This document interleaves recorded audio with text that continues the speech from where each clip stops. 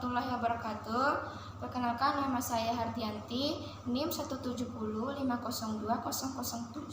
jurusan Perbankan Syariah semester 7.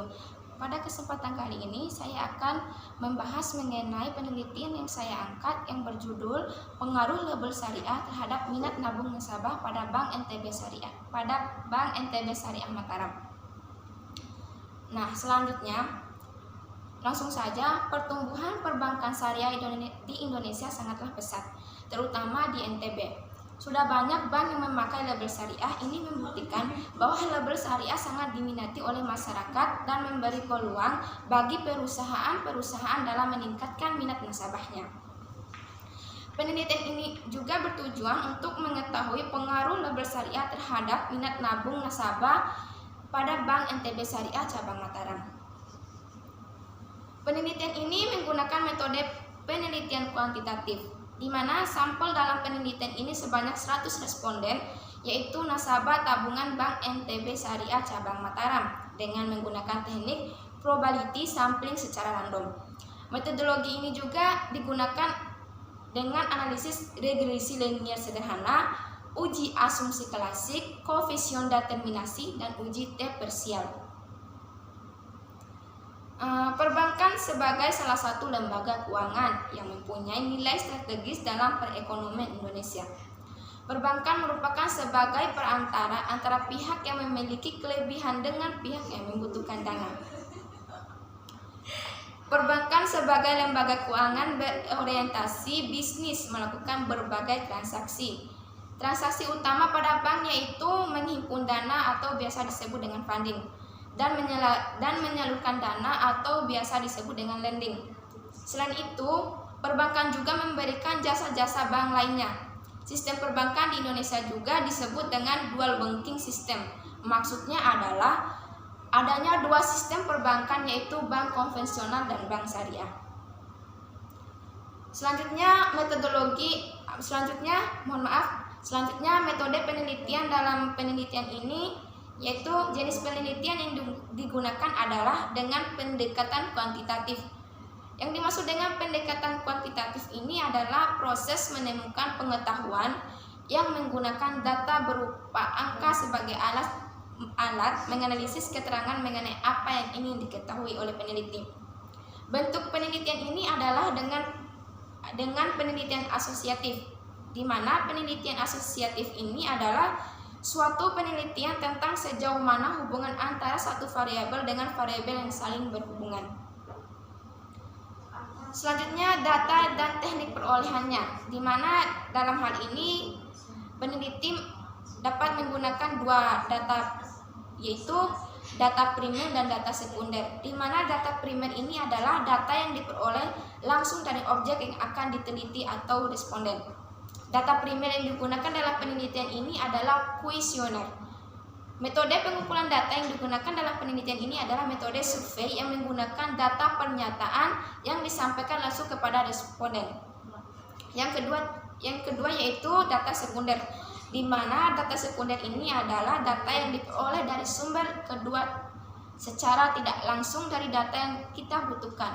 Data yang bersumber dari kajian pustaka berupa teks buku, laporan-laporan, internet, artikel, jurnal, serta contoh penelitian yang berkaitan dengan penelitian ini.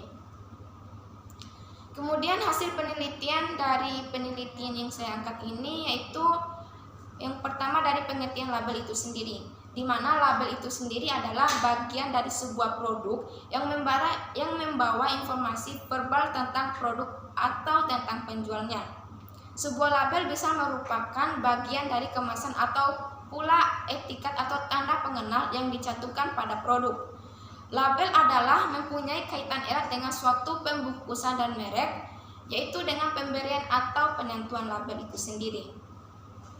Dari pengertian di atas dapat kita simpulkan bahwa label dapat diartikan sebagai suatu bagian dari produk yang berupa keterangan atau kata-kata yang berfungsi sebagai sumber informasi produk dan penjual.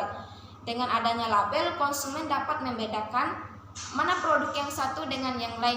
Diharapkan akan memudahkan konsumen dalam menentukan produk atau jasa yang dipilih berdasarkan berbagai pertimbangan serta menimbulkan kesetiaan terhadap suatu label itu sendiri. Kemudian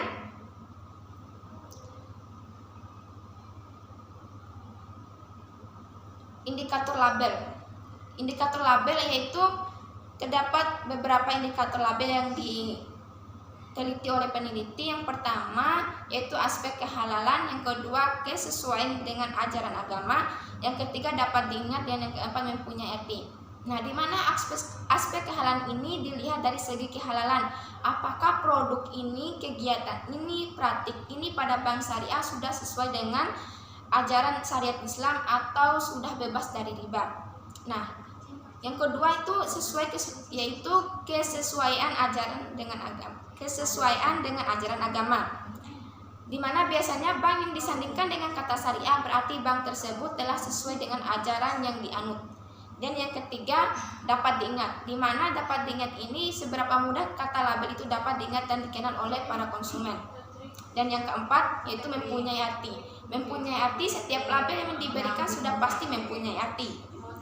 Dan maksud tertentu, apakah elemen label menyirat suatu produk, perusahaan atau orang yang bersangkutan di dalamnya. Kemudian tantangan yang dihadapi dalam label syariah.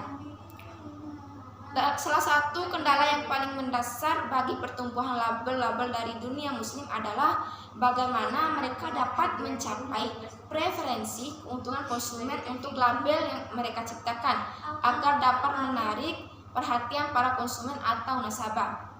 Tantangan selanjutnya adalah bahwa label-label yang ada saat ini tidak diragukan kekuatannya dalam membangun kesadaran label mereka. Serangan kompetitif dari label yang bergerak cepat ke pasar dan telah memiliki posisi yang kuat, nama label yang kuat, proposisi nilai yang baik, dan sudah dikenal. Keberhasilan label yang berada di pasar muslim bukanlah karena mereka memiliki keunggulan teknis dalam produk mereka dan memenuhi kualitas yang sangat tinggi, tetapi lebih karena label mereka begitu terkenal dan terpercaya serta memiliki jaminan keberhasilan apabila dipasarkan. Tenaga pemasar yang dibutuhkan juga tentunya harus mengetahui aspek-aspek syariah yang digunakan oleh produk yang bersangkutan.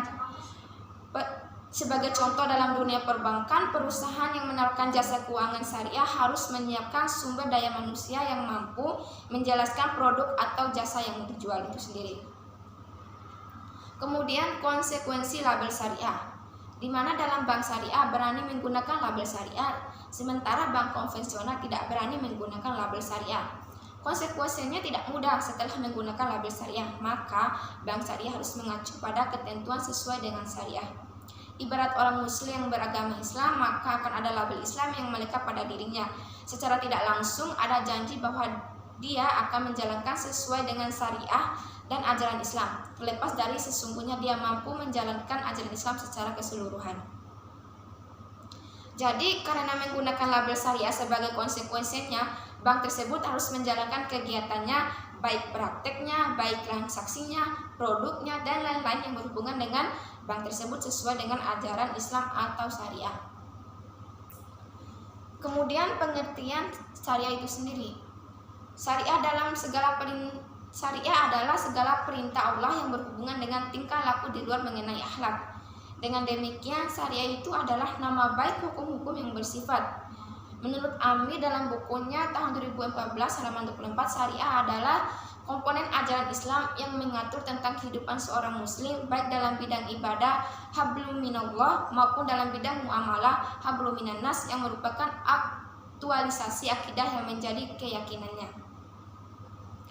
Kemudian pengertian minat nasabah. Dalam Kamus Umum Bahasa Indonesia pun minat diartikan sebagai sebuah kesukaan atau kecenderungan hati kepada suatu perhatian atau keinginan.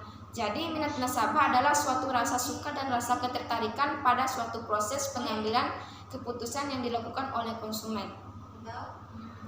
Kemudian jenis-jenis nasabah. Yang pertama jenis nasabah penyimpanan dan yang kedua jenis nasabah debitur. Di mana jenis nasabah penyimpanan ini adalah nasabah yang mendapatkan dananya di bank dalam bentuk simpanan berdasarkan perjanjian telah disepakati oleh nasabah dan pihak bank itu sendiri. Dan yang kedua nasabah debitur. di mana nasabah debitur ini adalah nasabah yang memperoleh fasilitas kredit atau pembiayaan berdasarkan perjanjian bank dengan nasabah yang bersangkutan. Kemudian faktor-faktor yang mempengaruhi nasabah. Yang di sini ada beberapa faktor, terdiri dari 10 faktor, yaitu faktor yang pertama, tidak adanya bunga atau riba. Yang kedua, seluruh produk sesuai syariah. Yang ketiga, sistem bagi hasil yang adil dan menenteramkan. Yang keempat, diinvestasikan pada pekerjaan yang halal dan berkah. Dan yang kelima, diinvestasikan untuk peningkatan ekonomi yang lemah. Yang keenam, pelayanan yang tepat dan efisien. Yang ketujuh, sumber daya manusia yang profesional dan transparan, sikap perilaku karyawan ramah dan sopan. Yang kedelapan, adanya jaminan keamanan dan nasabah. Yang kesembilan, produk yang beragam, menarik dan inovatif. Dan yang kesepuluh, lokasi yang mudah dijangkau dan strategis. Kemudian yang terakhir yaitu kesimpulan dari penelitian yang saya angkat ini, yaitu kesimpulannya yaitu berdasarkan hasil penelitian yang dilakukan mengenai pengaruh label syariah terhadap jumlah nasabah dengan melakukannya penyebaran kuesioner kepada nasabah Bank NTB Syariah, maka disimpulkan bahwa hasil penelitian terdapat pengaruh yang signifikan antara label syariah dengan jumlah nasabah NTB Syariah cabang Mataram. Hal ini dibuktikan melalui uji T, di mana nilai uji T berbanding 3,208 lebih besar nilai T tabel 2,425 dengan taraf signifikan 5%. Hubungan tersebut dipengaruhi oleh indikator label syariah yang mudah diingat dan dapat disukai. Begitu pula dengan koefisien determinasi, di mana pengaruh label syariah berpengaruh terhadap variabel terikat, yaitu jumlah nasabah sebesar 9,51%, sedangkan sisanya sebesar 4,9% dapat dipengaruhi oleh faktor-faktor lain di luar mode penelitian. Mungkin itu saja yang bisa saya sampaikan. Lebih dan kurangnya saya mohon maaf. Billahi taufiq wal hidayah. Wassalamualaikum warahmatullahi wabarakatuh.